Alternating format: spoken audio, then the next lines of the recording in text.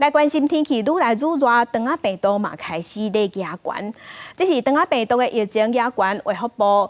疾管署有公布今年头一个肠仔病毒重症的案例。这是南部一个才7个月大的查某婴仔，儿童加护病房治疗了后，确认是去患着肠仔病毒克沙奇 A10型，加在经过治疗了后，目前囡仔已经出院。 当时就诊断了这个疑似是肠病毒感染并发重症，所以收治到加护病房。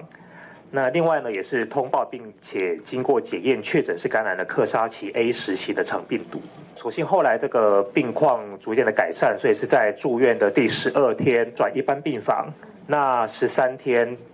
出院。那目前没有不适的症状。 顶礼拜，咱全国肠仔病毒的门诊，也搁去挂急诊就医，互医生看的人数有6732个人，这是这10年来共期的新高。疾管署是提醒讲，5岁以下的囡仔是肠仔病毒重症的高危险群，尤其是即马刷落来4天的清明连假，大家会出门陪望，也是南来北往，民众有时过去，就呼吁讲，大人若是准讲对外口转来要抱囡仔、接触囡仔进前，手一定爱洗好清气，上好阁会当规梳衫换掉，来降低囡仔、细汉囡仔也是红婴仔去感染患着肠仔病毒的机会。